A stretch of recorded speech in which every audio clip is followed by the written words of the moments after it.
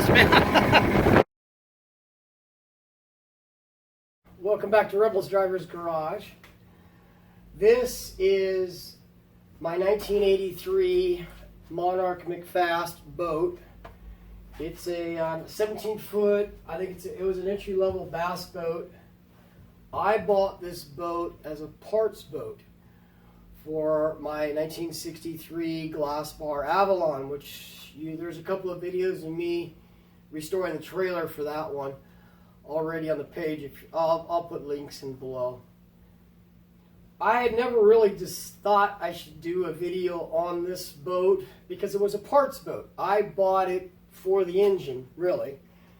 Now it looks like a nice boat on camera, and it didn't look that bad when I bought it. Of course, right now it's been sitting outside uncovered, so it's got bird crap all over it, and it's pretty dirty.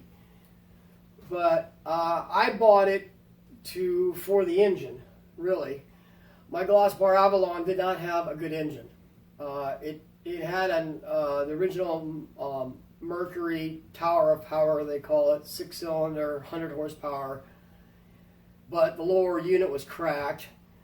And parts for those older Mercs are really hard to get.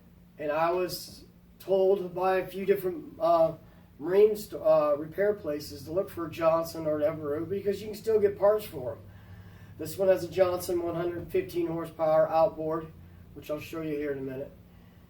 And when I found this at a dealer, and that this was in their, like what they call their back lot or wholesale lot. They took this in as a trade on a new boat, and it was not one that they felt that they could resell because it needed a lot of help. It did run. That's the reason why I bought it. It had a good running engine, but it had a hole in the bottom of it. I'll show you a photo of it here. There's a photo of it. So, full disclosure, I paid $585 for this boat. $585. Now, if you look at a Johnson 115 outboard motor, doesn't matter if it's 70s through the 90s, it's worth a lot more than $585, especially if it runs good. This one had some issues. It had the carburetors needed to be rebuilt, and vacuum lines were bad and stuff, and the water pump hadn't been changed in a long time. But it did run, so they proved it to me at the dealer. And this one actually, it did have a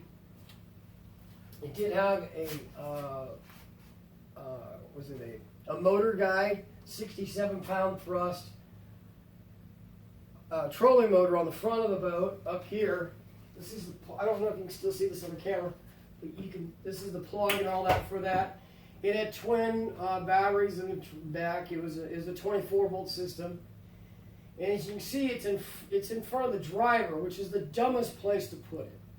And all it did was get in the way, and the pedal was bouncing around, and you couldn't see nothing with it on there. So I took it off. I got $200 for that thing.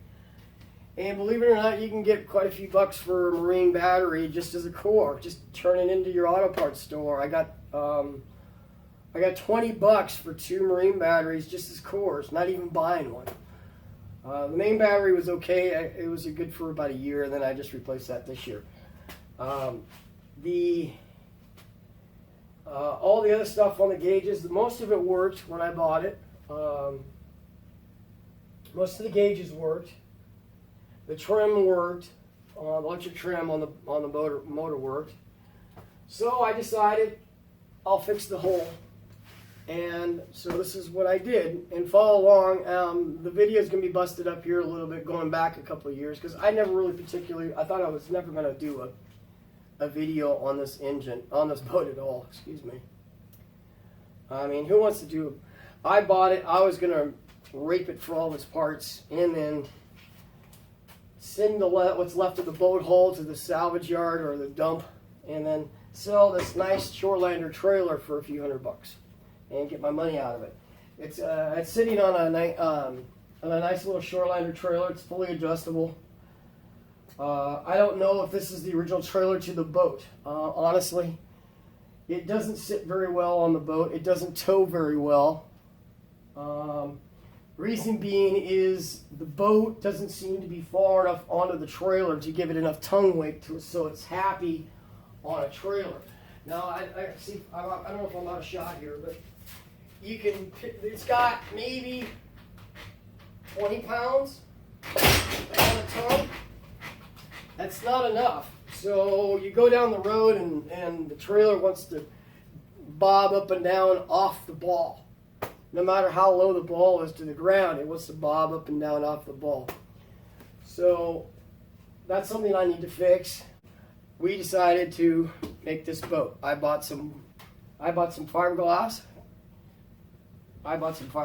And some resin, and I filled in the hole. And then we took it out on the water. Here's a few videos, or short videos of us taking it out on the water. I think it's going as far as I can tell. You might want to check it and make sure. That's right, that's fine. It's fine.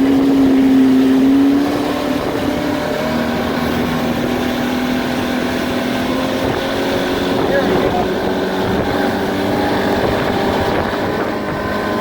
Come on, get that nose down, baby. There she goes.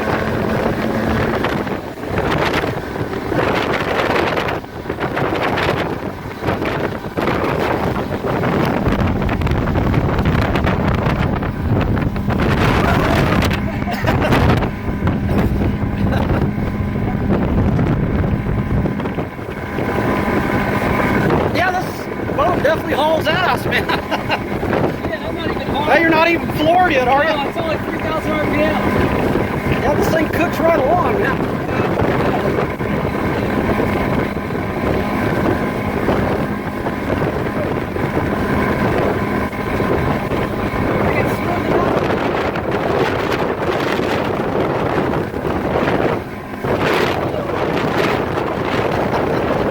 This is a blast, man.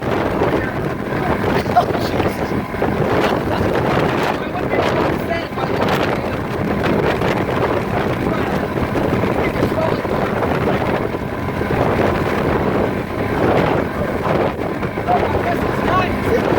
It seems to be fastened on pretty good. You haven't lost it yet, so.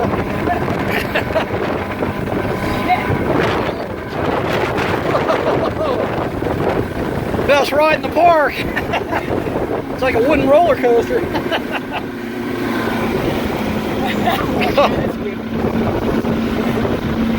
Most excitement I've had in a while. Yeah.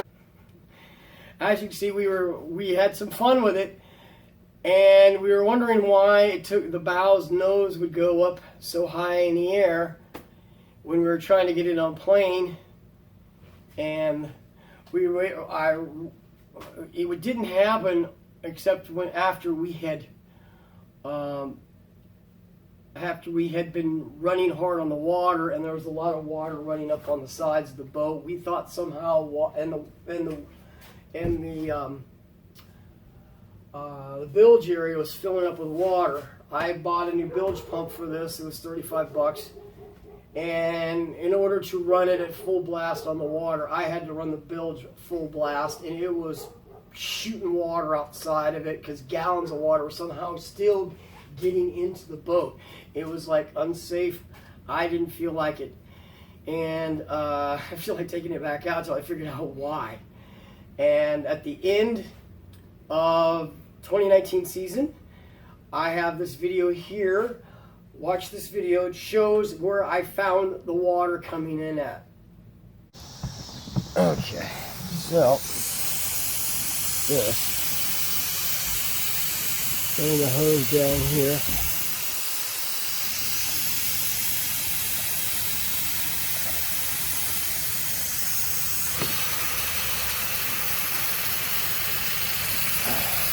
Sorry. Right there. Get you this. Yeah, this is how we were taking on water. Oh, I wasn't taking on water when the ship was moving.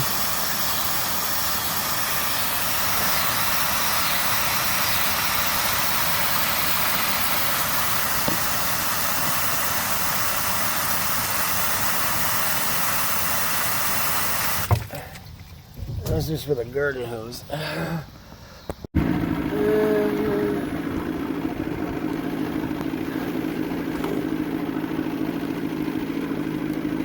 Putter, putter, putter, putter.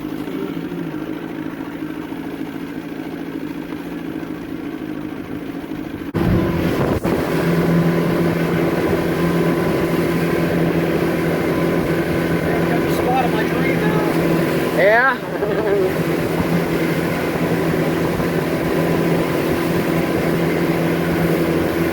Which one? The barn? I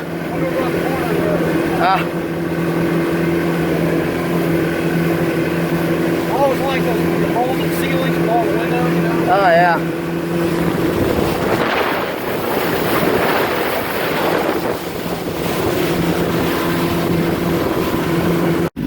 Oh, yeah. Yes, dreaming along.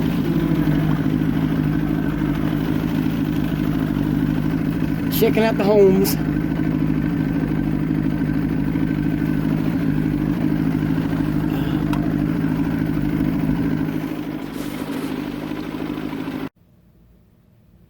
Okay. So, here we are. It's 2021. It's July. And I haven't even had the boat out on the water yet. And I'll show you why. It's depressing. I want to get it out. I want to get it out this weekend. I mean, it's Sunday right now. Today's Sunday. I want to have it out next Sunday. Or Saturday, even. It's getting late in the season, and I haven't been on my boat. I want to get out on the water. I love being out on the water. I've been so busy with other projects this year. I've had 2 storms damage my house. The house was a construction project on the roof. And yard projects, trying to get my 65 Impala running again. So my poor boat has been sitting, dry docked, I guess you would call it. And it also has an issue. It has the electric trim doesn't work.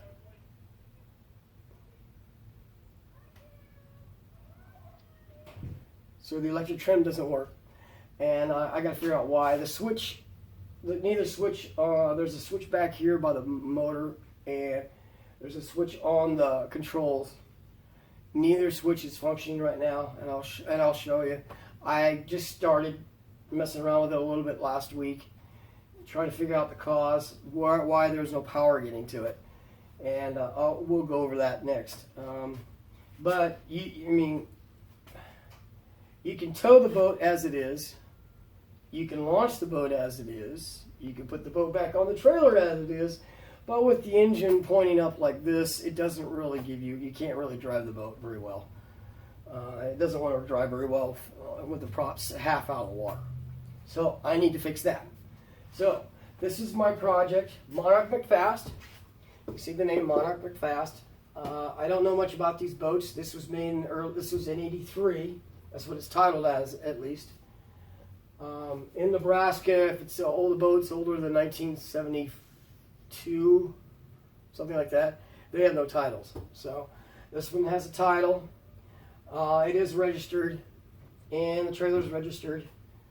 The only thing I had to do on the trailers, I replaced all the lights and rewired the trailer. That seems to be common on any trailer. That's even on a boat that's 10 years old. The wiring is trash, and the lights don't work. I replaced all the lights, and just because that's the way I am, and there's really only 4 wires in a boat trailer, and that's not that big of a deal. But when you have a lot of, this one's got side marker lamps on the steps, front and rear of the steps, and so this one has a little bit more wiring to do, but it was no big deal. Let me show you what's going on with the boat. Starting at the back, this is a Johnson Seahorse. 115 horsepower, V4, 4-cylinder engine. It's a 2-cycle engine, so you got to run 2-cycle oil and a 50-to-1 ratio on this engine. Alexator. It did run when I bought it at the dealer, but it didn't run very well. So the first thing I did was buy carburetor kits. So let me pull the cover off and show you what's going on here. All right, here we go. Got the cover off. and it's a 4-cylinder engine, 2 cylinders. It's like a it's like a V4 in a car, except it sits vertically. It has coil on plug ignition. It has twin carburetors. They're twin 2-barrel carburetors in here underneath this big air cleaner. See, I bought kits. They were like $50 for the pair of the kits, and it wasn't a big deal. They're not real hard to repair. Some of the vacuum lines and fuel feed lines that you see here, like this one and this one, these were all replaced. They were all hard and brittle and falling off. 2 of them weren't even connected to the carburetors, which is probably why it didn't run very well. But now she runs pretty good. I did replace the water pump. We took the lower end off and replaced the obviously at the end of the season you want to replace the oil, but we also replaced the water pump. They're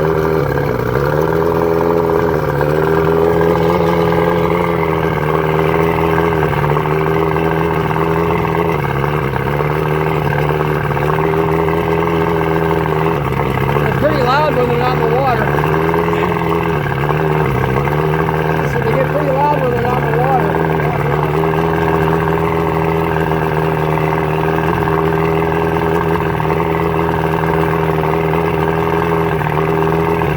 Well, the water pump's working like it's supposed to now.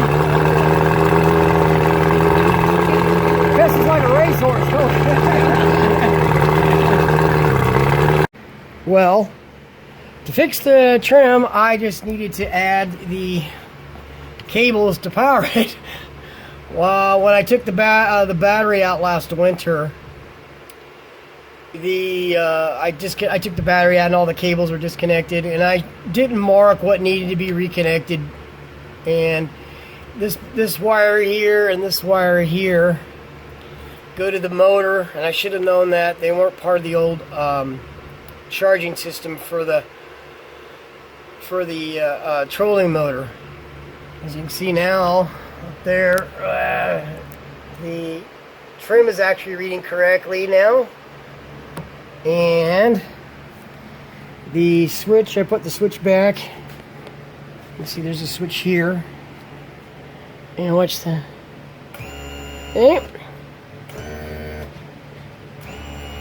So, and we have this switch here on the controls.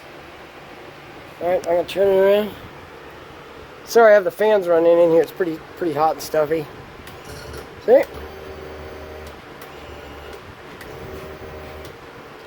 Alright, everything works. Now I just need to clean it out again. I'm going to vacuum it out, air it out. It does smell a bit mildewy, musty from sitting outside without the cover on it. The cover for this boat was a tarp that actually ended up blowing up against my garage in one of our windstorms. Couldn't figure out whose it was. None of my neighbors claimed it, so it became my boat cover last winter. Free boat cover, but it's destroyed now, so I threw it out. Now I need to get another one. I thought about getting. I do have a nice boat cover, but it's on the other boat in the storage garage. It's actually not on the other boat, I should say. It is actually in the boat instead of on the boat. If it was on the boat wouldn't be covered in 10 years of dust. So, anyway, I'm going to clean the boat out, and hopefully we'll show you a video this weekend of us taking it out on the water again. Thanks for following along.